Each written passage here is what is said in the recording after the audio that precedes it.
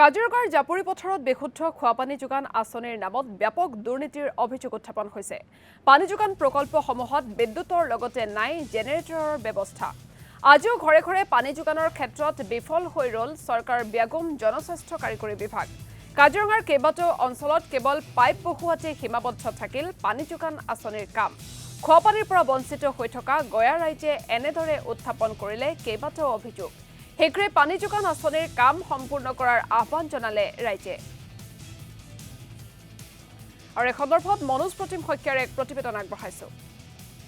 বিদ্যুৎ নাই, পানীও নাই। কাজিৰঙাত এই ব্যৱস্থাৰে চলিছে মিছন জল জীৱন আঁচনি। আৰু এইখিনি মুহূৰ্তত আমি কাজিৰঙা ৰাষ্ট্ৰীয় উদ্যানৰ নিচেই কাষৰীয় এটা অঞ্চলত উপস্থিত আছোঁ। আৰু এই অঞ্চলটোত আচলতে বানপানীৰ সময়ত এটুপি খোৱাপানীৰ বাবে যথেষ্ট এক হাহাকাৰময় পৰিৱেশৰ সূচনা হয়। আৰু এই মুহূৰ্তত যদি চোৱা যায়, জল জীৱন আঁচনিৰ নামত এক প্ৰকাৰ প্ৰশাসনলৈ পৰিণত হোৱা পৰিলক্ষিত হৈছে। এই মুহূৰ্তত দেখুৱাইছোঁ ধ্বংসস্তূপত পৰিণত হৈছে কাজিৰঙাত থকা প্ৰতিটো জল জীৱন প্ৰকল্প।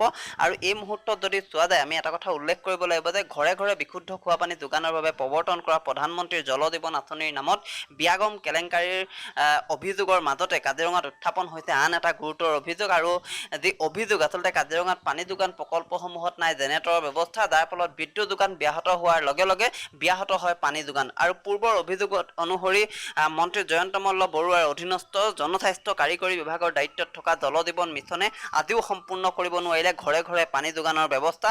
আৰু কাজিৰঙাৰ অধিক সংখ্যক এলেকাতে কেৱল পাইপ বহুৱাই সীমাবদ্ধ থাকিল মিছনৰ কাম। আৰু বৰ্তমানেও যদি চোৱা যায়, খোৱাপানীৰ পৰা বঞ্চিত হৈ থাকিল গাঁওবাসী। আৰু যিসকলৰ পাইপেৰে পানী পোৱাৰ সৌভাগ্য হ'ল সেইসকলৰ পানী যোগানৰ ব্যৱস্থা অনিয়মীয়। কিন্তু যদি চোৱা যায়, বিদ্যুৎ নহ'লে যিহেতু মটৰ নচলে, আৰু মটৰ চলাবলৈ এক প্ৰকাৰ জেনেৰেটৰৰ যি প্ৰয়োজন সেই জেনেৰেটৰ ইয়াত নাই। আৰু চৰকাৰী বিভাগটোৰ এনে যি জোৰাতাপলি মৰা যি কাৰ্য, সেই কাৰ্যৰ বিৰুদ্ধে এই মুহূৰ্তত সৰব হৈ উঠিছে ইয়াৰ দাঁতি কাষৰীয়া লোকসকল। আৰু এই মুহূৰ্তত দেখুৱাইছোঁ এই যি পৰিৱেশ, সেই পৰিৱেশটো চালেই গম পোৱা যায় যে কিমান দিনৰ পৰা এইটো পৰিত্যক্ত অৱস্থাত আছে। আমি কিছু লোক আছে, লোকসকলৰ সৈতে পোনে পোনে কথা পাতিবলৈ চেষ্টা কৰিম। ইয়াৰ দাঁতি কাষৰীয়া যিসকল লোক আছে সেই লোকসকলৰ সৈতে কথা পাতিম। আৰু আমি এটা কথা জানিব বিচাৰিম আপোনাৰ পৰা প্ৰথমতেই যে এই যিটো প্ৰকল্প, এই প্ৰকল্পটোৰ নামত কিমান টকা অনুমোদন হৈছিলে বা কিমান ঘৰ মানুহক পানী যোগানৰ ব্যৱস্থা কৰিছিলে? হয়, এইটো জাপুৰি পথাৰে পানী যোগান আঁচনিৰ অধীনত থকা এটা কেন্দ্ৰ, এইটো পানী যোগান কেন্দ্ৰ। আৰু এই আপোনাৰ হেৰিটোত আপোনাৰ খৰচ হৈছিলে মুঠতে 53,71,000 টকা। তেওঁলোকে ব্যয় সাপেক্ষে এই পানী যোগান আঁচনিটোত তেওঁলোকে প্ৰকল্পটো মুকলি কৰিলে। মুকলি কৰাৰ পিছত তেওঁলোকক আমি তথ্য জনাৰ অধিকাৰ আইনৰ অধীনত আমি তেওঁলোকক সুধিছিলোঁ যে ইয়াত আপোনালোকে কিমানখিনি মানুহক আপোনালোকে পানী দি আছে। তেওঁলোকে কৈছিলে যে 385 ঘৰ মানুহ এই মুহূৰ্তত তেওঁলোকে এইটোৰ পৰা তেওঁলোকে পানী পাই আছে বুলি ক'লে। তেতিয়া আমি আহি পেলাই গাঁৱত দেখিলোঁ যে যিবিলাক 385 ঘৰ মানুহৰ কথা কৈছিলে, সেই 385 ঘৰ মানুহৰ কথা বাদেই দিয়ক, ওচৰ চুবুৰীয়া কেতিয়াবা 2-এঘৰে পানী পায়, তাৰপিছত বাকীবিলাক অঞ্চললৈ পানী নাযায়। আমি দেখিলোঁ যে প্ৰায়বিলাক মানুহৰ ঘৰতে আপোনাৰ দুৱাৰমুখতে টেপ এটা আছে, সুদাকৈ টেপ এটা আছে, সেই টেপটোত পানী নোলায়। তাতে মানুহে গৰু আড়াল দিয়ে, ছাগলী বান্ধি থয়। যে পানী নোহোৱা এটা বস্তু যেতিয়া মানে তাৰ কামেই নাই, সেই বস্তুবিলাক আচলতে তেনেকৈ অদৰকাৰী হৈ গ'ল। আচলতে আমি ক'ব খোজোঁ যে জয়ন্ত মল্ল বৰুৱা ডাঙৰীয়া, আপুনি যে এনেই ইমান সস্তীয়া কথাবিলাক কৈ থাকে, আপোনাৰ আচলতে বিভাগটো আপুনি চাই নে নাচায়?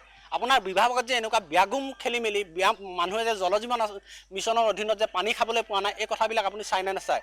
এখন কাজিৰঙা দাঁতিকাষৰীয়া অঞ্চলৰ একেবাৰে কাজিৰঙা কাষৰীয়া গাঁও, এই গাঁওবিলাকত আচলতে বানপানীৰ সময়ত এটুপি পানীৰ কাৰণে মানুহে কেনেকুৱা হাহাকাৰ এটা পৰিৱেশৰ সৃষ্টি হয়, এই কথাবিলাক আপোনালোকে অনুধাৱন কৰিব নোৱাৰে। কাৰণ আপোনালোকে গুৱাহাটী AC ৰুমত বহি থাকে।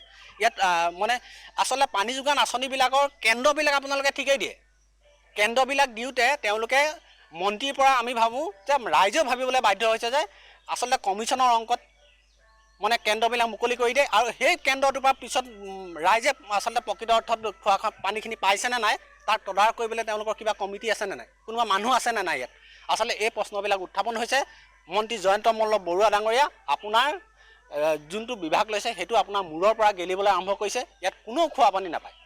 কাৰেণ্ট নাথাকিলে পানীও নাপায় ৰাইজে। পানীৰ যিহেতু প্ৰয়োজনীয়তা আছে, কিন্তু কাৰেণ্ট যদি নাথাকে পানী নাপায়। ইয়াত তেওঁলোকে, আমি ভাবোঁ যে তেওঁলোকে ইয়াতো জেনেৰেটৰ এটা দিয়াৰ ব্যৱস্থা কৰিব লাগে, DG এটা দিয়াৰ ব্যৱস্থা কৰিব লাগে। এই ব্যৱস্থাটো ইয়াত নাই। যদি কাৰেণ্ট নাথাকে তেতিয়াহ'লে গাঁৱত কোনেও পানী নাপায়।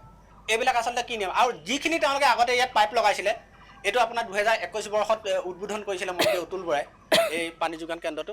ইয়াৰ পাইপখিনি আচলতে এতিয়া যিখিনি নতুনকৈ পাইপ পুতিছে সেই পাইপখিনিৰ লগত নিমিলে, সদৃশ নাই।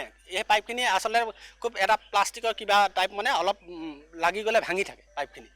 এই পাইপখিনি দি পেলাই পুতিলে এতিয়া আপোনাৰ আধা জেগালৈকে পানী যায়, তাৰপিছত সিফালে মানুহখিনিয়ে পানী নাপায়, ক'ৰবাত অলপ অলপ পানী ওলায়, ক'ৰবাত মানুহে আপোনাৰ সোপা মাৰি পেলাই তেনেকৈ পানীখিনি খাবলগীয়া এটা পৰিৱেশ সৃষ্টি হৈছে। আৰু গোটেই পানী যোগান আঁচনিটোত আপুনি যিটো কদৰ্যময় ৰূপ আপুনি ইয়াত দেখিবলৈ পাব, এইবিলাক আচলতে মানুহে এনেকৈ পানী খুৱাই আছেনে? 53 লাখ টকা ইয়াত খৰচ কৰা হ'ল। হয়, মনোজ প্ৰতিম শইকীয়া, আপোনাক এই মুহূৰ্তত ধন্যবাদ জ্ঞাপন কৰিছোঁ আপুনি এই সন্দৰ্ভত সবিশেষ জনোৱাৰ বাবে।